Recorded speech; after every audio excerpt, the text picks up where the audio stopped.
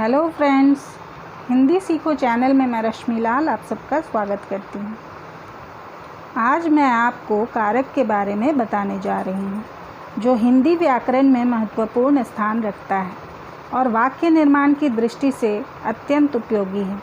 साथ ही यह भी जानना जरूरी है कि कारक है क्या। तो आइए देखते हैं कारक की परिभाषा क्या है। किसी भी वाक्य में मतलब सेंटेंस में संज्ञा या सर्वनाम के साथ वाक्य के दूसरे शब्दों को जोड़ने वाले विभक्ति चिन्हों को कारक कहते हैं। अब विभक्ति चिन्ह क्या है? विभक्ति चिन्ह ऐसे कुछ चिन्ह हैं जो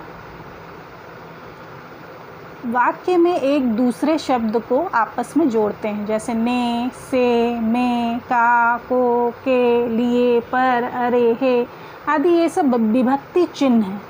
ठीक है, विभक्ति चिन्ह पता चल गया हमें कि शब्दों को आपस में जोड़ने वाले चिन्हों को ही विभक्ति चिन्ह कहते हैं। तो हमें स्पष्ट रूप से पता चल गया कि कारक क्या है। संक्षेप में कारक को हम लोग स्पष्ट रूप से बता सकते हैं कि यह जो है संज्ञा या सर्वनाम के साथ वाक्य के दूसरे शब्दों को जोड़ता है। तो आइए अब देखते हैं कि कारक के कितने भेद हैं। कारक के 8 भेद हैं। यहाँ अलग अलग मैंने लिख दिया है कारक के 8 भेदों को। पहला है कर्ता कारक, जिसका विभक्ति चिन्ह ने है। दूसरा है कर्म कारक, जिसका विभक्ति चिन्ह को है। करण कारक, जिसका चिन्ह से है। संप्रदान, जिसका के लिए है। अपादान, जिसका से है। से अलग होने के अर्थ में या संदर्भ में है। और संबंध कारक का अर्थ है, संबंध कारक जो है का, के, की, रा, रे, री यहाँ लिखा हुआ है। स्पष्ट है कि का अर्थात संबंध बता रहा है कि किसका, संबंध बताता है कि किसका है। का, के, की मतलब मेरा, रा, रे, री मेरा, मेरे, तुम्हारा, तुम्हारी, ये सब। अधिकरण मतलब में, पर मतलब किस जगह पर या कहाँ पर, किस में, समझ गए अधिकरण। और संबोधन है, किसी को भी जब हम बुलाते हैं तो संबोधित करते हैं, हे, ओ, अरे, अरे इधर आओ, ऐसे करके बुलाते हैं ना, ओ इधर आओ, हे सुनो, ऐसे करके हम लोग संबोधन को स्पष्ट कर सकते हैं। तो चलिए देखते हैं, ये सब आप याद कर लीजिएगा। कर्ता ने, कर्म को, करण से, संप्रदान के लिए, अपादान से, संबंध, का, के, की, रा, रे, री, अधिकरण, में, पर, संबोधन, हे, ओ, अरे।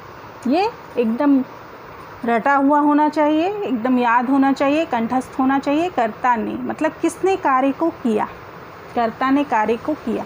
यहाँ पर मैंने किस कार्य को किया, किसको किया, किससे किया, किसके लिए किया, यह बताता है ये कारक। ठीक है।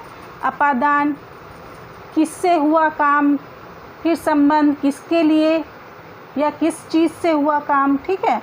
और किस जगह पर हुआ काम। ठीक है, समझ गए। अब जो है यहाँ पर देखिए, हे हरि, यहाँ पर एक सेंटेंस मैंने लिख दिया है, हे हरि। यहाँ पर संबोधन, किसी को बुलाया जा रहा है, हे हरि मतलब हरि को बोला जा रहा है, हे हरि। यहाँ पर देखिए संबोधन हे, संबोधन हे, तो वैसे ही हे है यहाँ पे, हे हरि। राम ने रावण को, कर्ता ने कर्म को, तो कर्ता क्या है, राम है। किसको, कर्म को, रावण को। किससे, किस चीज़ से, तो धनुष से। किसके लिए, संप्रदान के लिए, सीता के लिए। किससे, तीर से। तीर यहाँ पे जुदाई के अर्थ में है, अलग होने के अर्थ में, तो अपादान कारक हो जाएगा। जब भी किसी चीज़ से कोई चीज़ अलग होती है तो अपादान कारक होती है, जिसका प्रतीक चिन्ह से है। कहाँ पर, अधिकरण है में, पर, तो कहाँ पर, रण क्षेत्र में। वानर सेना की, देखिए का, के, की आ गया यहाँ पे, संबंध बता रहा है किसके मदद से, किसके संबंध से, किसकी मदद से, किसकी सहायता से, तो वानर सेना की सहायता से मारा। यहाँ पे स्पष्ट रूप से सभी विभक्तियाँ आ गई हैं इस सेंटेंस में। तो आपको पता चल गया है कि कारक क्या है। यह वाक्य निर्माण में बहुत ज़रूरी है। और एक वाक्य देखिए 8 विभक्तियों से मिलकर बना हुआ है। यहाँ पर और भी कुछ मैं, जैसे यहाँ पे हे हरि, तो यहाँ पर हे राम बोल सकते हैं, राम को बुला सकते हैं। हे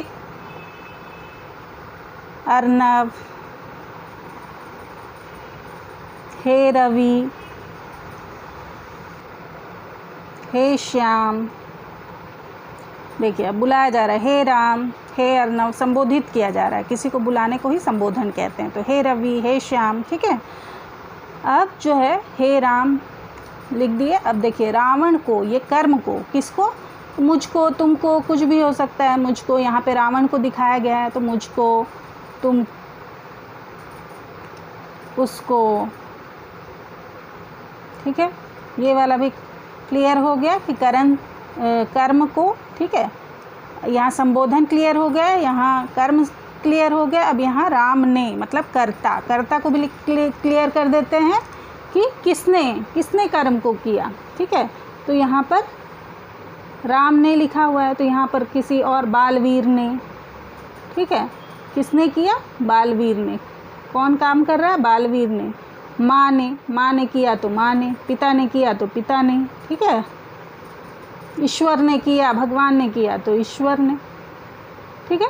समझ में आ गया। यहाँ राम ने भी स्पष्ट हो गया, कर्ता स्पष्ट हो गया, राम ने, कर्म स्पष्ट हो गया, रावण को हे हरि संबोधन भी स्पष्ट हो गया, 8वां वाला। अब इधर किससे, करण से, ठीक है। करण से जब कोई भी चीज़ आपके पास होती है तो वो, जैसे हम पेन से लिख रहे हैं तो पेन से, पेन हमारे साथ है, ठीक है। पेन हमारे साथ है, हम पेन से लिख रहे हैं।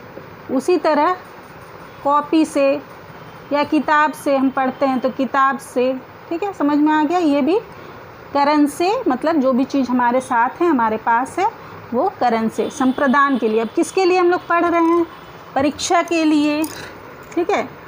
पढ़ाई किस लिए की जा रही है, परीक्षा के लिए तैयारी कर रहे हैं, परीक्षा के लिए। या माँ ने बच्चे के लिए फल लाया तो बच्चे के लिए, ठीक है। बहन ने भाई के लिए राखी लाई तो भाई के लिए।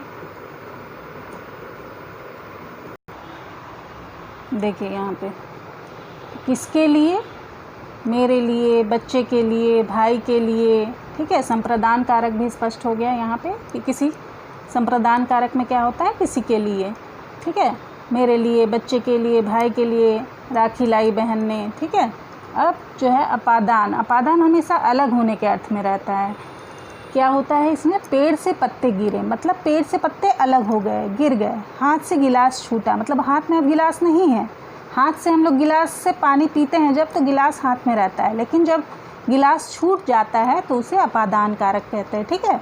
अब जो है अधिकरण में क्या होता है कि कहाँ पर, किस जगह पर, तो छत में, पेड़ में, घर में। यहाँ पर देखिए मैंने लिखा है, ठीक है। तो अब जो है किसका, यहाँ संबंध कारक है, 6वां नंबर देखिए,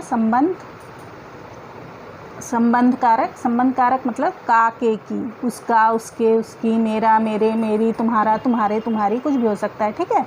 तो ये संबंध बता रहा है, वाक्य में एक दूसरे से संबंध बता रहा है। तो समझ में आ गया आपको आसानी से कि क्या होता है। एक वाक्य में शब्दों को एक दूसरे से जोड़ने के लिए कारक का प्रयोग होता है, जिसे विभक्ति चिन्ह भी कहते हैं। और यहाँ पर मैंने 8 कारक चिन्हों को यहाँ पर लिख दिया है एक ही सेंटेंस में। इसी तरह आप लोग भी लिख सकते हैं, ठीक है। हे राम, बालवीर ने मुझको, देखिए यहाँ पे बालवीर ने, किसने, कर्ता ने, तो यहाँ पे बालवीर कर्ता है। यहाँ संबोधन किया जा रहा है, राम को संबोधित किया जा रहा है, हे राम, बालवीर ने मतलब कर्ता ने, कर्ता बालवीर है। मुझको, कर्म को, किसको, कर्म को, कर्म है यहाँ पर, कर्म को। पेन से, किस चीज़ से, पेन यहाँ पर साथ में है, हाथ में है पेन, तो एक साथ है, यहाँ भी से है, ठीक है। और यहाँ भी से है, लेकिन ये अलग होने के अर्थ में है और ये जुड़ने के अर्थ में है। पेन हाथ में है और यहाँ पेन हाथ से मान लीजिए छूट गया तो वो अलग हो गया, तो यहाँ पे अपादान कारक हो जाएगा, ठीक है। और यहाँ करण और अपादान दोनों का विभक्ति चिन्ह से है, लेकिन एक छूटने के अर्थ में और एक जुड़ने के अर्थ में है, ठीक है। अब देखिए यहाँ पे मेरे लिए, यहाँ संप्रदान कारक हो जाएगा, किसके लिए लाया जा रहा है सामान, मेरे लिए, ठीक है। बच्चे के लिए, भाई के लिए, समझ में आ गया आपको। तो अपादान भी समझ में आ गया। अब जो है कहाँ पर, अधिकरण कारक से पता चलता है कि किस जगह पर, छत में, पेड़ में, घर में, मैदान में, ठीक है, बाज़ार में, कहीं भी हो सकता है ये, ठीक है। अब संबंध में देखिए मेरा, उसका, यहाँ पे स्पष्ट हो गया। तो देख लीजिए आप लोग, कारक इसे ही कहते हैं, कारक क्या है स्पष्ट कर दिया है मैंने। ऐसे ही शब्दों का जोड़ कर आप वाक्यों का निर्माण करिए अगर मेरा वीडियो पसंद आया हो तो उसे लाइक, शेयर और सब्सक्राइब कीजिए ताकि और भी जानकारी मिलती रहे सबको। ठीक है, बाय बाय। नेक्स्ट वीडियो में फिर मिलते हैं।